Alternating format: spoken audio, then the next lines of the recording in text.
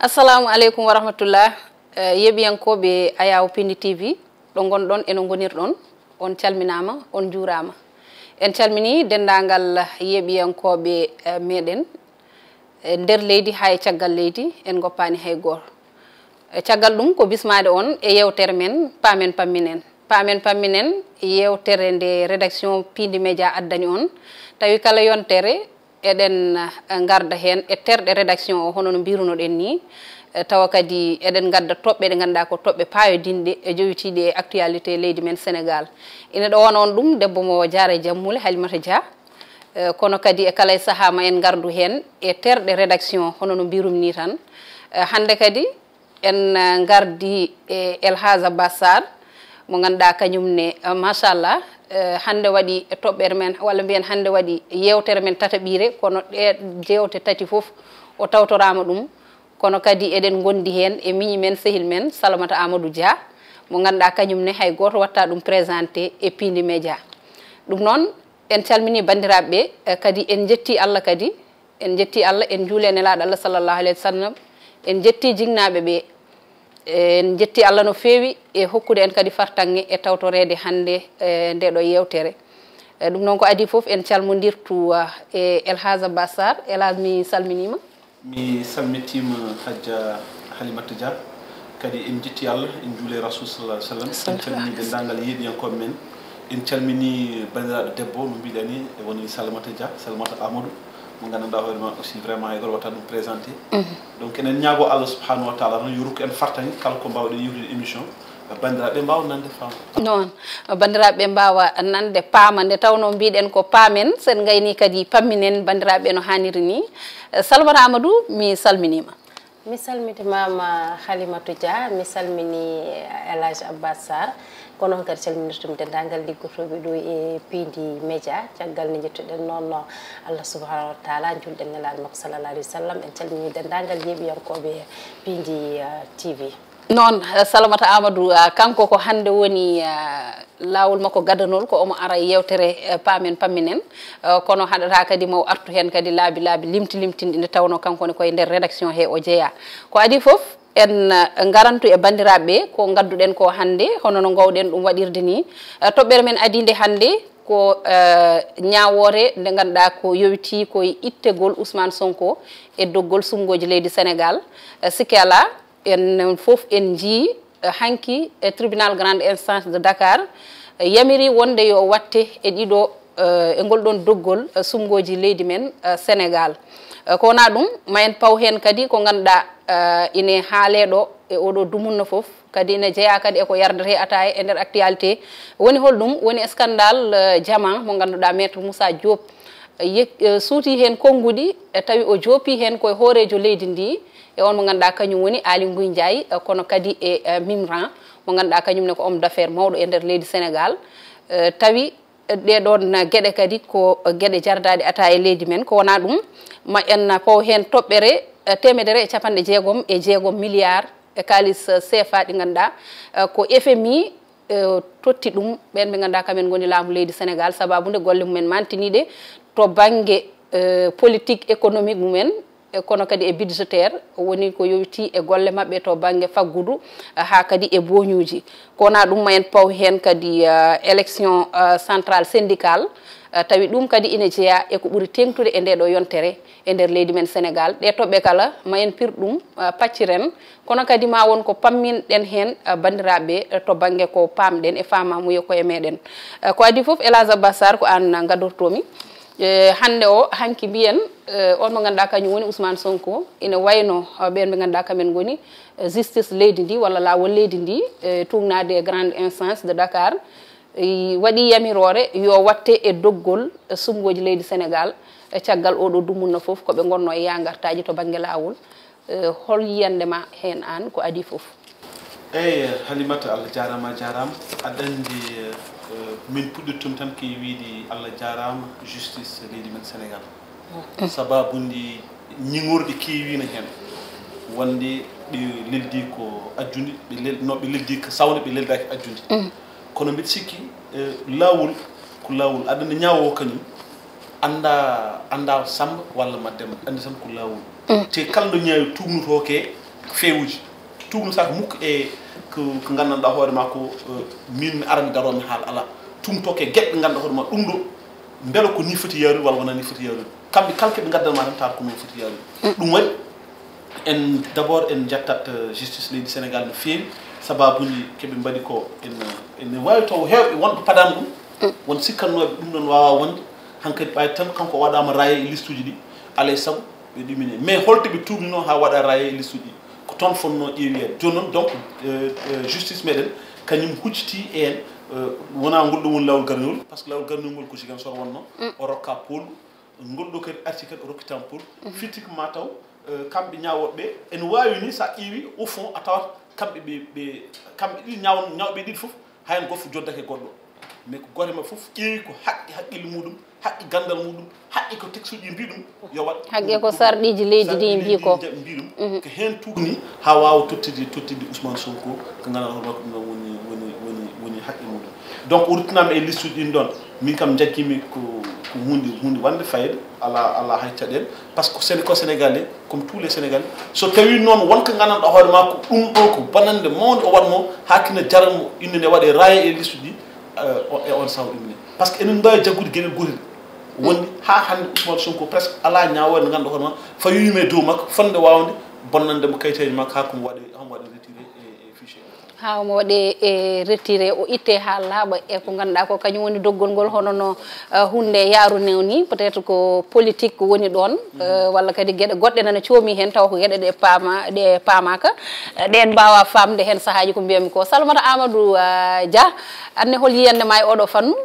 min nayortomi to banggue ma ko alhaali justice leydi Sénégal hande o en jii kanko Ousmane Sonko hanki nde lawol ngol hokkimo gonga yimɓe makko ɓe ganduɗa ko darotonoɓe ene mbiya lawol meeɗa wonde leydi ndi ɓen leloraki ajjude no élage wiri ni hanki ko kañumen mbi lawol leydi Sénégal machallah ɗum firti ko e teskuya ina heewi kala mo ganduɗa ñawama so tawi koko hawranani ɗum ko waɗa tan wiya wonde lawol ngol leloraki ajjude walla en ngala lawol eyyi ko noon Halimatou Dia mi weltima e namdal ngal ko namdal bangal fayida sa yi ɗum ɗon tan waɗi ko ganduɗa kala neɗɗo ñawaɗo walla kala ko hunde waɗa so tawi fewditakimo tan yarani eno jiɗirɗa ni tan mbawata tan ko ñimde on ɗon alhaali kono nde tawno ɓe keeɓi koɓe jinno hen ko ɗum tagui ɓe jetti ɓe jarni justice leydi Sénégal kono ɗum foof e wade noon Halima mbiyan wona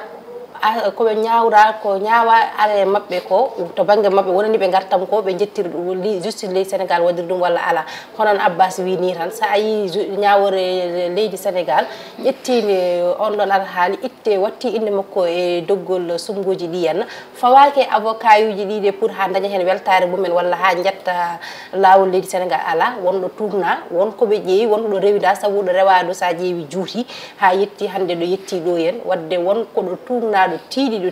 ɗo ganduɗa ina rokkimo fartange artirede hen wadde tawi so tawi yeehi ha hujjikinantoɓe moɓe jii tigui lawol leydi Sénégal rewi waɗi no fotiri ni waɗi kadi no ganduɗa ko noon tigui faani wonirde tawa noon ala ɗo tugni to banggue goɗɗo ko wona e texte uji ɗi henna wadde ko hunde wonde fayida tan kadi e an kamɓe kadi moɓe gandun wadde koɓe kalanno ko pour la forme ni tan ko pour tan en tant que kujjikinantoɗo ɓerde ma metti il faut woda ko kalɗa kadi aɗa mettina ɓerde heddiɓe ɓen walla aɗa dillina leydi ndi c'est juste ça ko noon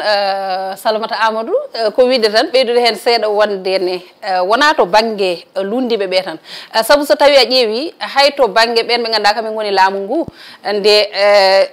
ñawowo Ziguinchor o nde o ñaawi nde haw gayni ɓe mbi ko wonde o kanko ko Pastef najo ko ɗum waɗimo darorade nde ɗon darde hoto jejjiten kono kadi hay hanki kadi en jii no yaari ni won e heɗɓe laamu ngu ɓe ganduɗa mbi ko oɗo ñawowo kanko ne omo jogui relation e Pastef walla mbiyen ex Pastef son jiiɗi firti tan ko heɗɓe laamu ngu e heɗɓe e lundiɓe ɓe kamɓe foof kala hen mo ganduɗa ñawama tawi ñawore nde henanaki ɗum ma won ko ganduɗa ina yaltini ɗo e tuma noon mo ganduɗa eɗen gandi justice leydi Sénégal kam moni fof ne andi darde mumen so tawi ko gonga so tawi politique yaltinama hen ha laaɓi moni fof ne andi saabu kamɓene ɓe kangaka sikkumi goto foof wonko jangi ko ganduɗa e nder sarɗiji leydi men ko lawol tan wawi rewnude ɗum ɗum noon yimɓeɓe wadde poti ko wattude hakkillaji e koye mumen woni banggue lundiɓeɓe woni banggue laamu ngu kala hen ñawaɗo yo andu ko lawol lelori noon kadi so tawi woodi no jiiɓori haqqille ma rutto e sarɗiji leydi ndi sa ruttima hen a faama tigui tigui no gueɗe ɗe jaari ni kona ɗum payaten koye toɓɓere men ɗimmere toɓɓere ɗimmere nde no mbiruno ɗen joni ni en jii haalaluji kewɗi e nde ɗo yontere saabu noon ko alet ɓennuɗo o wonno kanko maître Moussa Diop nde hucconira e jaydiyankoɓe o holliti wonde won contrat mo ganduɗa mo rewani lawol tawi omo joopi hen on mo ganduɗa kañum woni hoorejo leydi ndi président Macky Sall Aly Ngouille Ndiaye e on mo ganduɗa kañum woni Nimran kono kadi e Diagne Ndiaye kamɓe foof o joopimamaɓe hen caggal ɗum ko gonga Aly Ngouille Ndiaye en e woɗɓe mbaɗi communiqué ji hay heɗɓe laamu ngu hani emo ganduɗa kañum woni directeur des mines e on tuma kañum ne yalti woodi ko haali hen woodi ko laɓɓini kono de haɗani ɗum nawi on mo ganduɗa kañum woni maître Moussa Diop e lawol hande o Elhadj Abbas wona ɗum ɗo wona hande fuɗɗi e nder leydi men Sénégal heewi ko yiya wiye wonde won contrat waɗanoɗo tawi rewani e lawol kono haɗata yimɓe kalata hen seeɗa kadi jokka ñanden en kaalino ɗum ɗo jokka e haajuji mumen hol yiyande ma e oɗon fannu aɗa andi ñanden mi haali ɗum ɗo to mbimi ina moƴƴi quand même wadde révélé hay hunde bonani hen kono sala waɗa révélé yo rewe ha joofa so joofi ma ande exactement ɗum ɗo holno yeeyde kono enen caɗele men ɓurɗi mawnude hannde ko ɓuri ko mawnude leydi Sénégal kala ko waɗa révélé rewetaki so haalama balɗe baltati ubbama woppe majje ngol ɗon noon koko ɓurti min kam jaggimi sababude vraiment maître Moussa en tout cas mi anda holɗum maître Moussa Diop tuubni so Allah mi anda fo holɗum en tout cas kanko hay ko woni toon ko o holliti wonde o dirani ko haali ko o dirani hen o ɓosani omo jogui kadi ɗereji ɗi ganduɗa ko kañum hollirta ɗum non hewɓe jawdi won hewɓe jawdi ɗo ko noon mbaɗanno hewɓe jawdi ɗo sa wi min foof tan jaltina dossier mbima nin jogui heddi kayke yo rewi tan ha joofa Halimata yeɓe ndew ɗum ha joofa woto waɗ sentiment woto waɗ yaafeede aɗa andi ñanden mi nani Aly Ngouille Ndiaye émission goɗɗo ene wiya so tawi o yaafinima o wi ko juum ene wawi yaafade min noon min jaggimi ɗum ɗon so yaafimum kanko hoorema so tawi ko gonga so yaafimum o tooñi Sénégal naɓe koye mumen effectivement oɗo tuum ɓurti enen bon en fait min kam mi anda en wawi taw duuɓam kewiram on dannude kono banggue rewo leydi Sénégal jama nane toon min kam mi aɗa ke hunde ko so tawi ɗum ɗon laatima fitti ko enen leydi men ndi koko yeeya halima kala ko dañƴen sen belama ganden koko yeeya ha leeɓe ganden vraiment ardiɓe men ɓe gardiraki men pour ardade men ko Allah rokki ɓe fattiga yooɓe garda meɗen mais ɓe gardiri men ko pour yeyde leydi meɗen ha gasa ɗum waɗi haala ka ɗo nako wayi musni nako wayni tekkude aka foti ko rewede hata laaɓa cat tuuma hen ko président de la république Macky Sall tuuma hen ko Aly Ngouille Ndiaye ko ministre des mines wonno e on saaha tuuma hen ko Jean Claude Mimra kañum jogui CSS woni usine sucre gonɗo Richard Toll e gondiɗo muɗum mais ɓeɗo hen goto foof presque pratiquement min wonbam nanani tan d' abord waɗi porté plainte taw ko président de la république mais tan heddiɓe fof mbaɗi porté plainte joɗini plainte uji men hande d' ailleurs en jeeya hande kanko maître Moussa Diop gonga ni omon ƴaggini no fewi en wawi taw omona tiiɗi e ɗo dari ɗo ha hande jogini ɗum gonga kono probléme o foof woni e wonde ha joni omon continue par ce que o fuɗɗima walde jammaji makko ɗiɗi walla jamma garawni toon e dumbirde aɗen ɗum aussi mi anda holko jaari en tout cas so tawi o nani gonga kam mi anda ganda o suuɗi ko ganduɗa ne hawni seeɗa Elhadj en tout cas enen kam en mbawa taw andude mbawaten andude tan ko tumande lawol ngol addani en hen ko laaɓi ceer fawani en e tabal ngal mbawen andude kadi hande o Sénégal naaɓe ina jogui probléme e oɗon banggue heewi ko haalte to banggue ɗiɗo contrat ji walla to banggue kalisaji ganduɗa ina nanne e cukkiri tawa yimɓeɓe ko gartameje e leydi ndi taw goto foof ina foti hen yitade hoore mum kadi tawa so tawi gartam mum ari e leydi ndi moni foof ma wonno way to banggue ɓamtare guila e fagguduji meɗen hay foof kono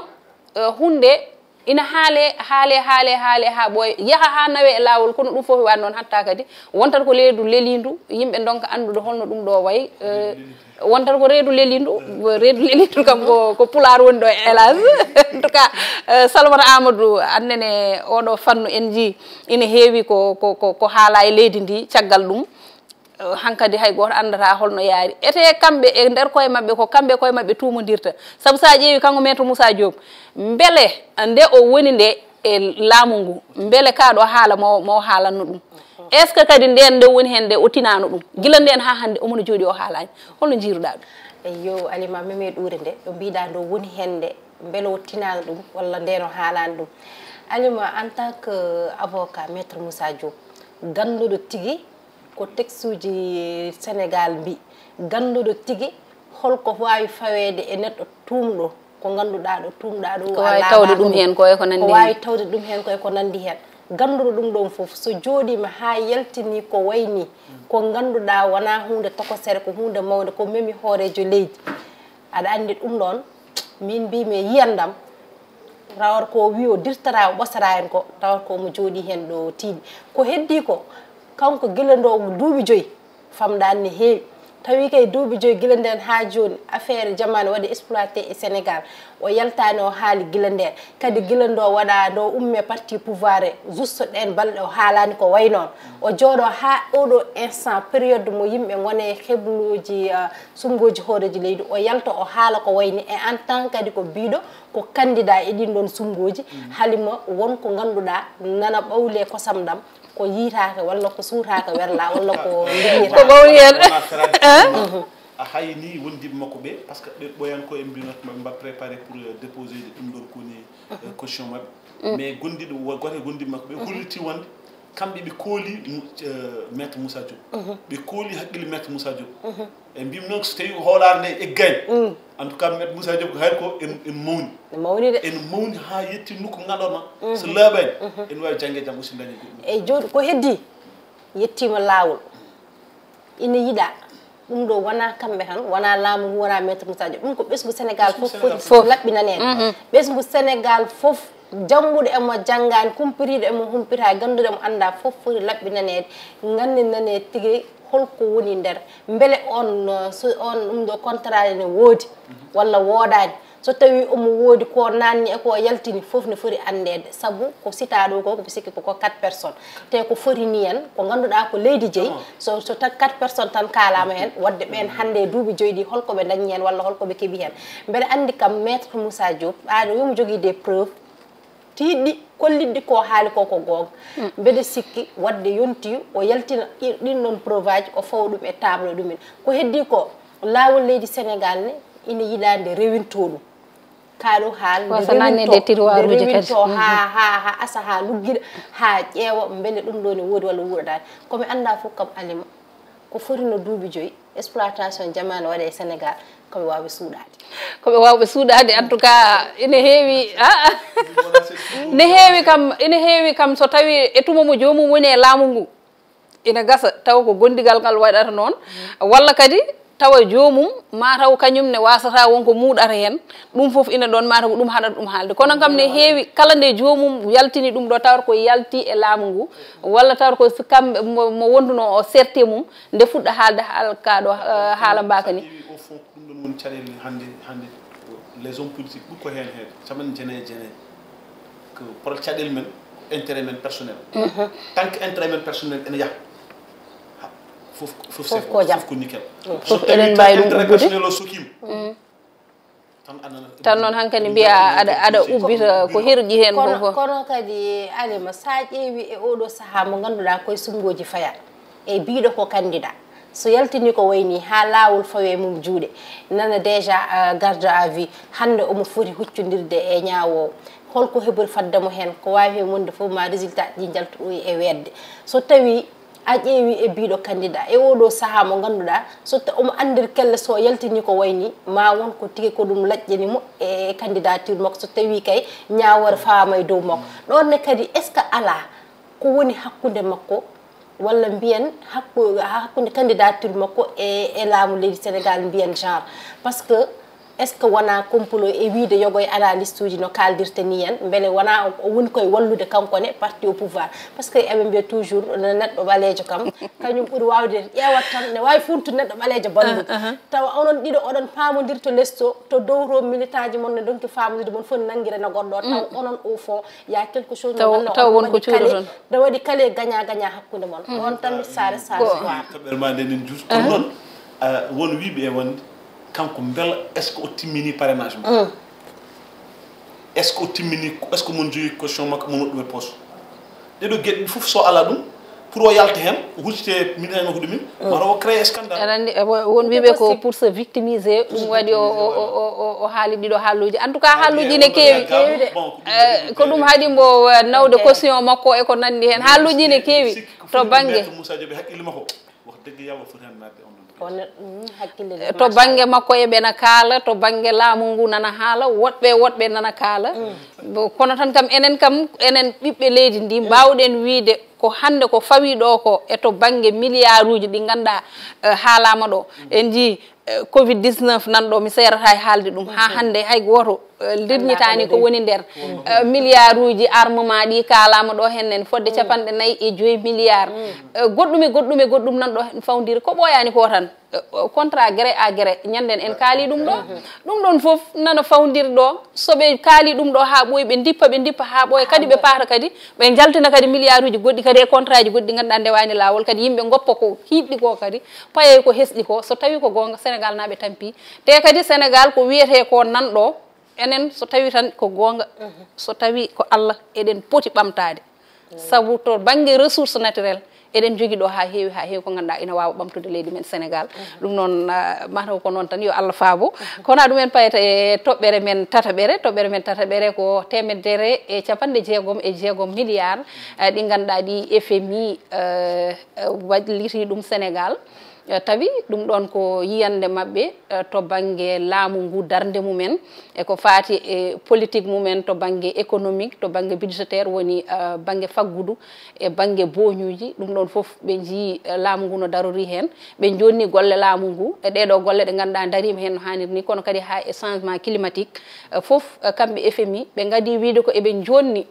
golle leydi Sénégal ko fawti hen ko ɓe pawi hen ɗeɗo coporeje gam yonnude walla gam reconnaissance mo ganduɗa ko faade e leydi Sénégal ɗum ɗo élage hande holno jiruɗa ɗum en tant que sénégalais eyyi ko d' abord ko weltade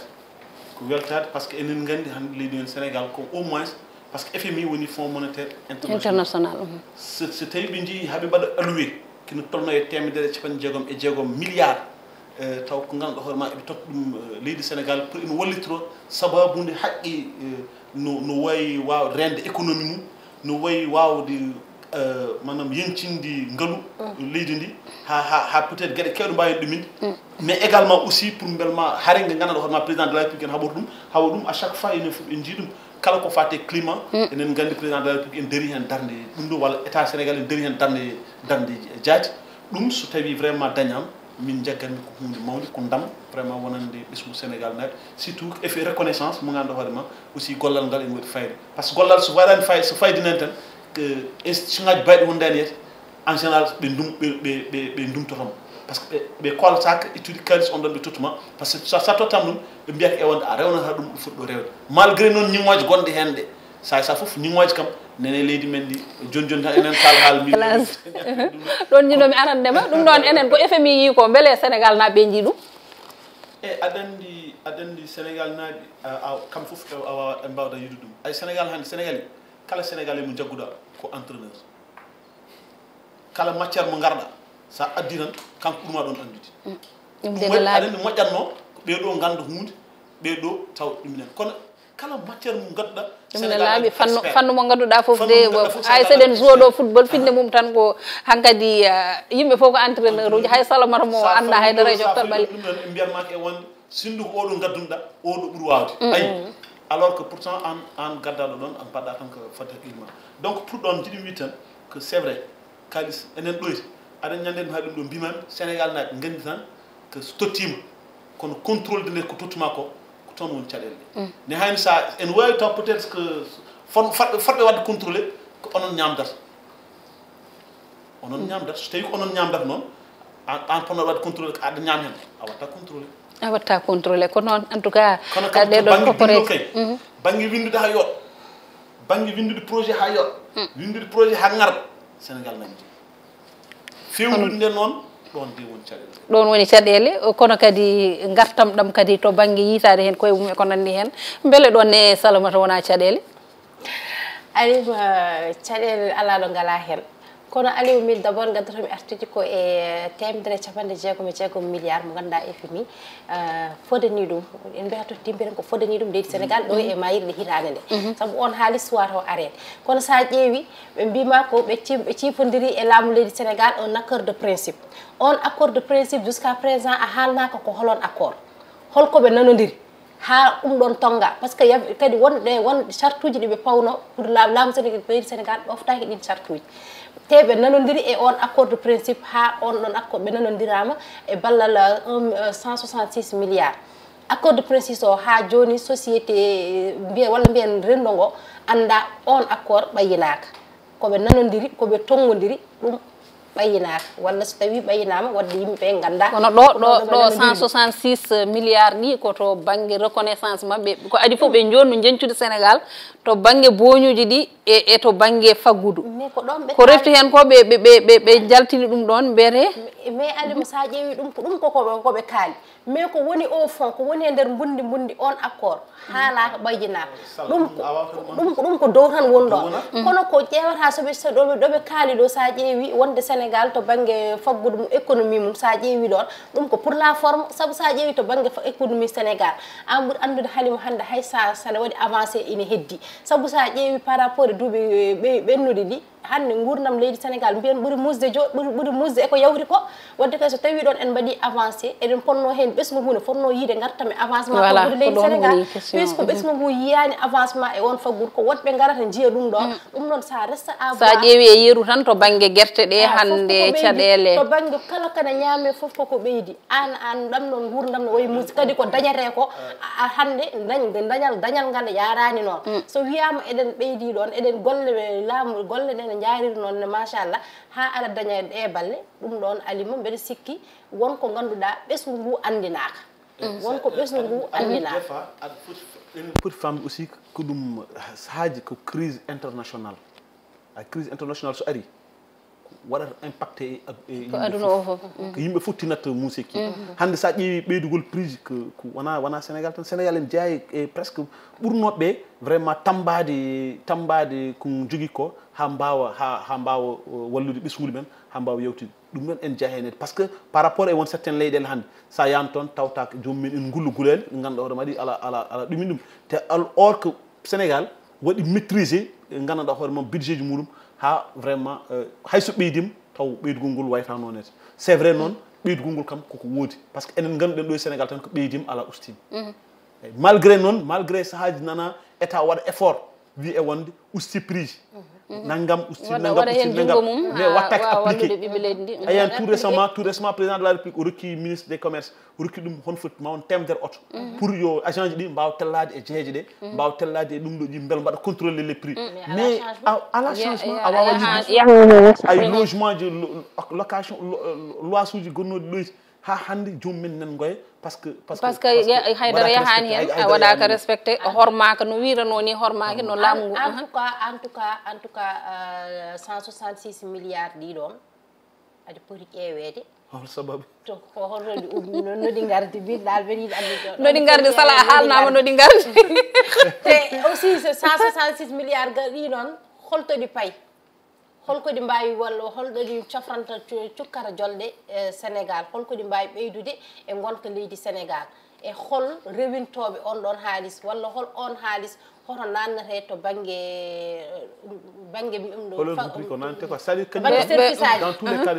dans tous les cas de figure 166 milliards ɗi so gari fay ko to ministère des finances so yehi noon à partir de là-bas noon en waɗi c'est-à-dire en jeeya hen comme par exemple hande haade ɓurgo mawnude e aduna woni changement climatique goɗɗo on ko haare ɗum ine jeeya aɗa andi hande ɗiɗo 166 milliards ko kamɓe koto banggue jencude dossier Sénégal to banggue changement climatique haare changement climatique o kono kadi no mbirum ni faggudu ndu e boñuji ɗi ko to on fannu ɗum ɗon ardi par ce que nde ɗum ƴeewa ɓeta ɓe nganndi wonde Sénégal darde muɗum ina fayidi ni njencude moƴƴiri heɓa heen sabu sa ƴeewi sen duttima caggal seeɗa oɗo mo ngannduɗa kañum woni ministre des finances Mamadou Moustapha Ba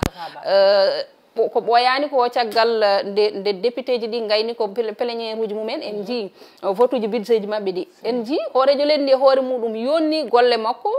waɗimo félicité no feewi sabu darde makko kanko kam hannde darde makko hade FMI yiide tawi ko enene koye meɗen en jii toon to assemblée nationale hoore muɗum ɗum ɗon hollitama toon caggal ɗum aussi en jii hoorejo leydi ndi kañumne machallah yonni golle makko no feewi kono kadi en jii kadi record mo ganduɗa heɓama hikka o e oɗon fannu mboɗo sikki salama taw ko